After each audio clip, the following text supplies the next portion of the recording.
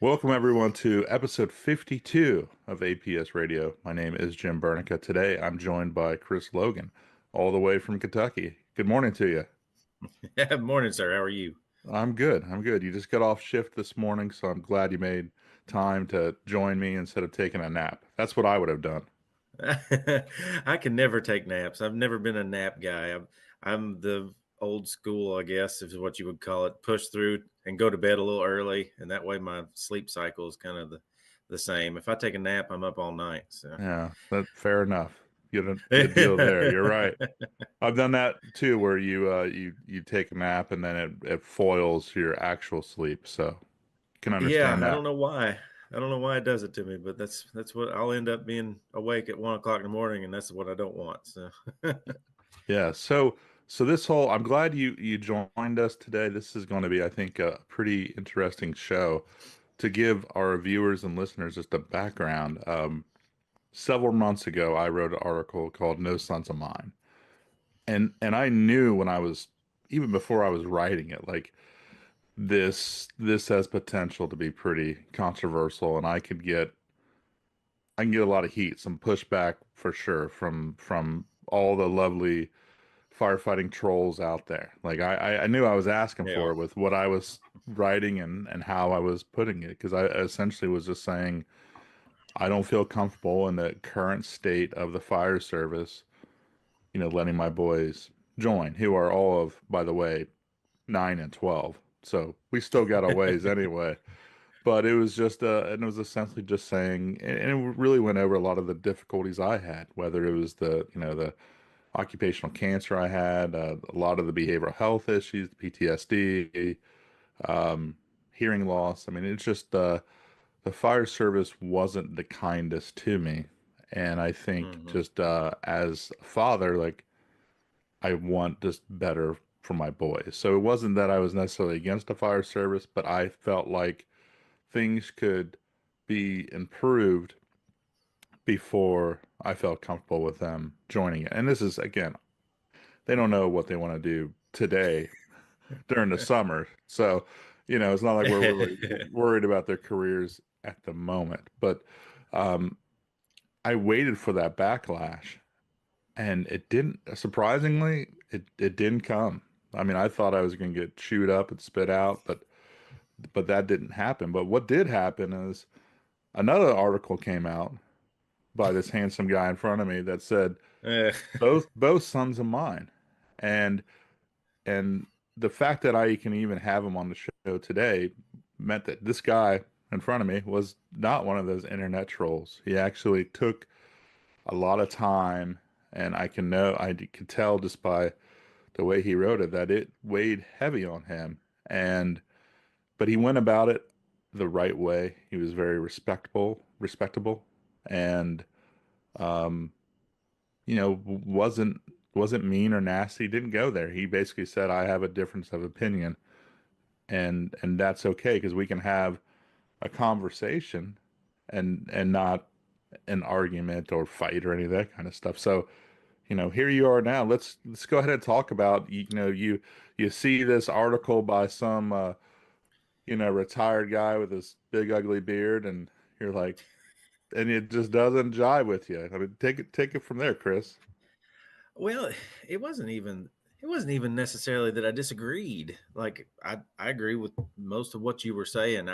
It just was it was very coincidental that my oldest son had just started his fire service career almost exactly when that article was coming out, and he's still in the middle of a recruit class here in a neighboring fire department. And he that popped out of nowhere for him.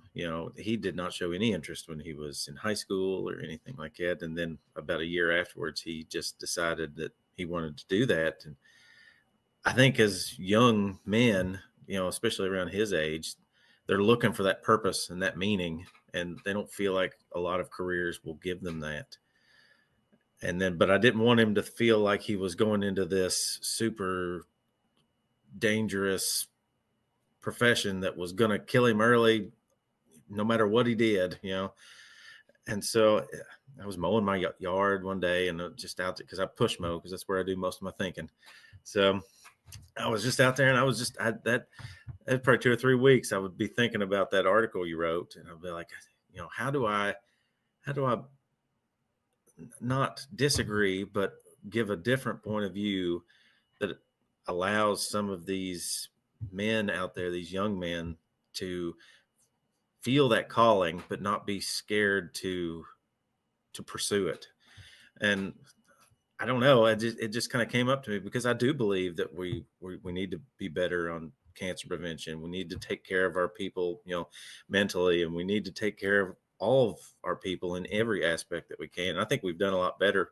I would assume you would agree that we do better now than when we first started our fire Oh, service career. oh, 1000%. Yeah. Yeah, and I know it'll keep getting better, And so how do we not let it fall into that safety culture of the early 2000s where everybody was so safe that it brought this pushback of these other kinds of firemen that were against the safety culture, because a pendulum of attitude swings no matter what the topic is. So if you go too hard in the paint for, you know, mental health and all that stuff, you're going to have these people that push back almost overly in the opposite way.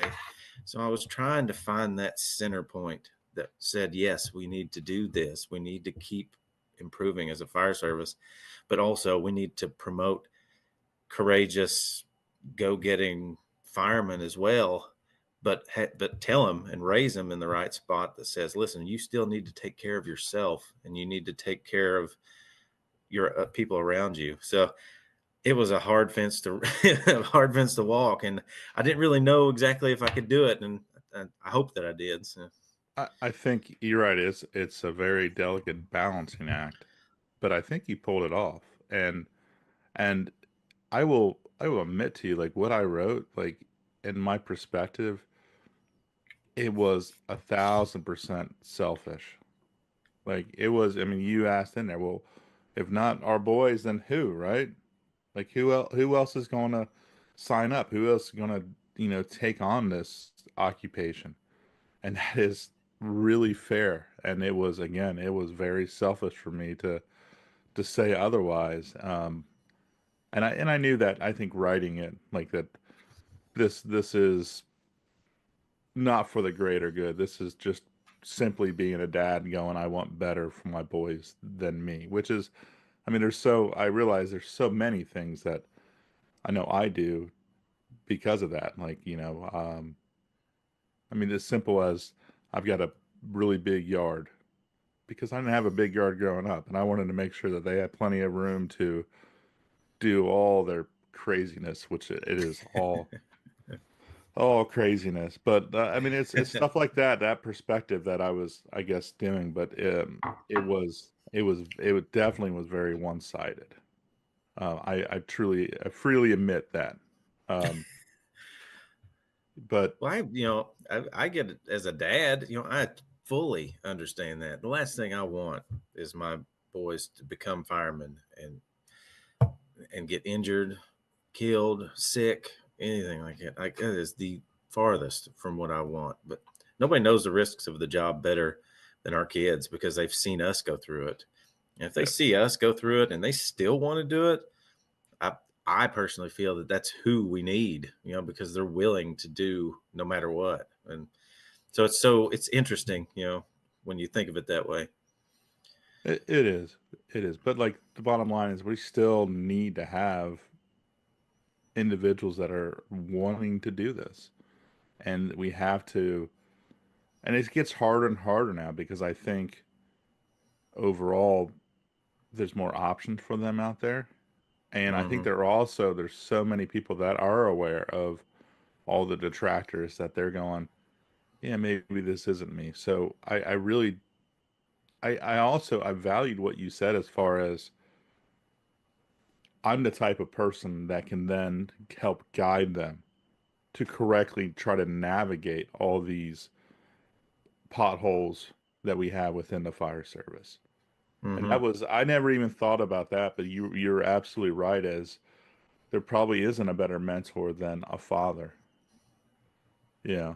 So I thought that was also valuable in what you wrote. Well, thank you.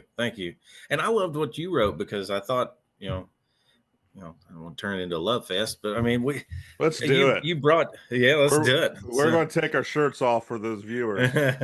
You're missing out, but listeners.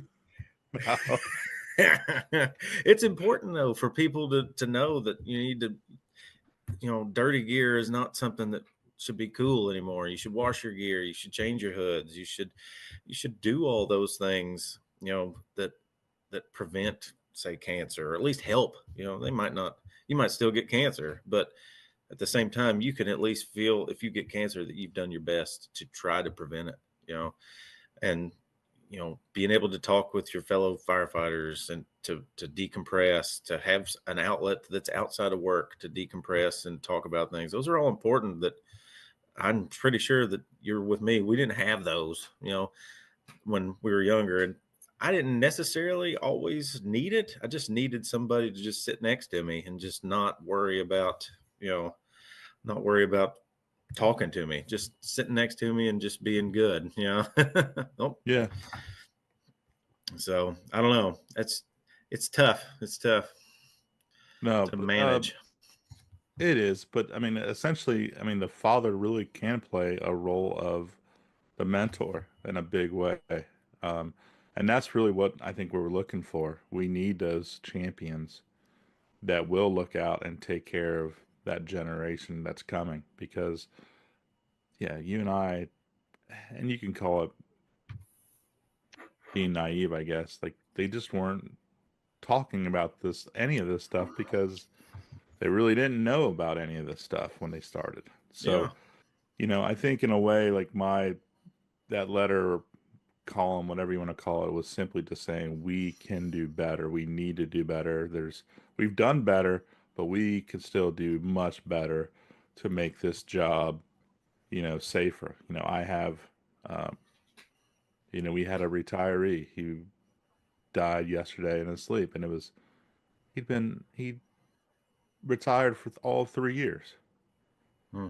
So it's like, what's the point of doing your 25, 30 years, or I think it's 20 with you guys, right? It And is for us. Yeah. yeah, Well, it's turned into 25, but I'm one of the last of the 20s. So. okay, good for you.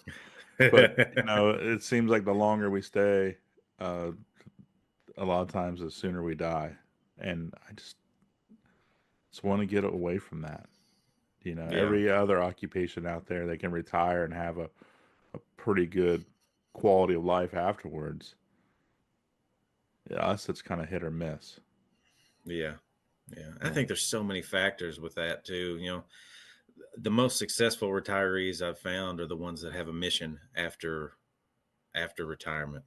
When your life is firefighting and that is all you ever have known yourself to be, and then you retire and you have nothing else to do, it's a long life after that. It's really hard. You've got what you do, and then I'm looking for that avenue for myself to do something after I retire, so I can just go from one mission to the next. And even if it's painting houses, if you love doing that and that's what you want to do after you retire, then it's amazing how much longer your quality of life is after you retire when you have a mission after service. So, Absolutely. And I would tell you, the way I retired and not really being prepared for it, I've definitely floundered for a little bit, trying to figure out really what was next. What is my new identity going to be? And it took a while to kind of for it to lay out itself. Um, hmm, but it's kind of sucked until then because I I believe it. definitely that loss of identity that happened. That was true. What do I do now? Where am I? Hmm.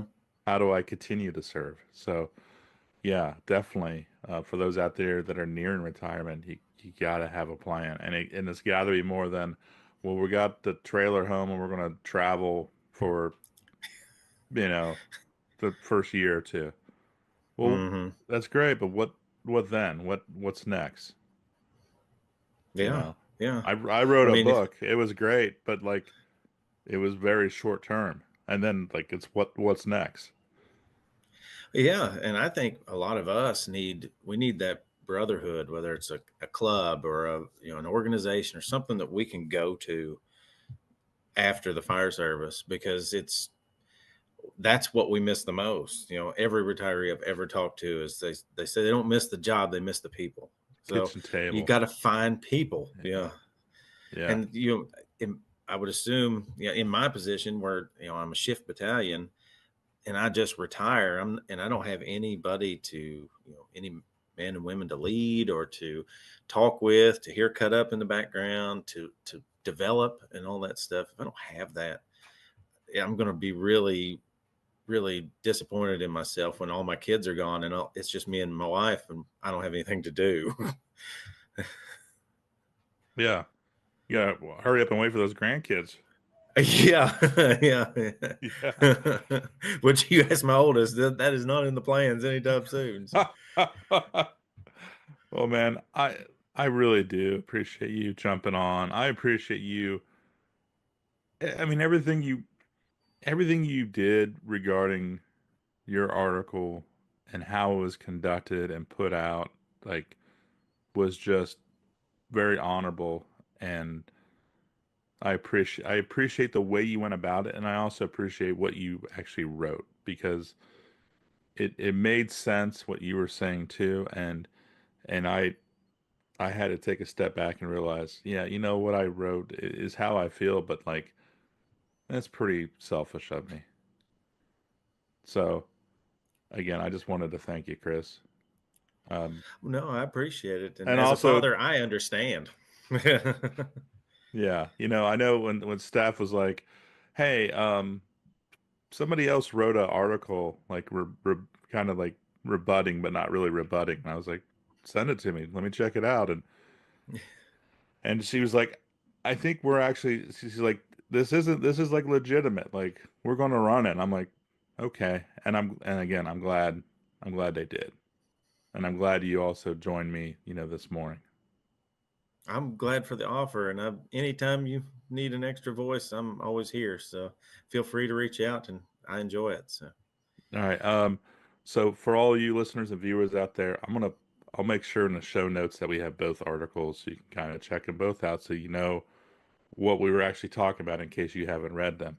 Um, where can where can everybody find you if they wanted to talk to you some more? well, I'm on Facebook just under my name, Chris Logan, from Georgetown, Kentucky. And then I have a X account that's Chief Logan. I think it's 108, Chief Logan 108. But Facebook's usually the best thing. I don't get much past Facebook because I just don't want to handle it No, anymore. you probably still have a MySpace floating out there too. It's probably out there. And then I've got an email. It's loganrchris@protonmail.com because I like security in my emails, evidently. So.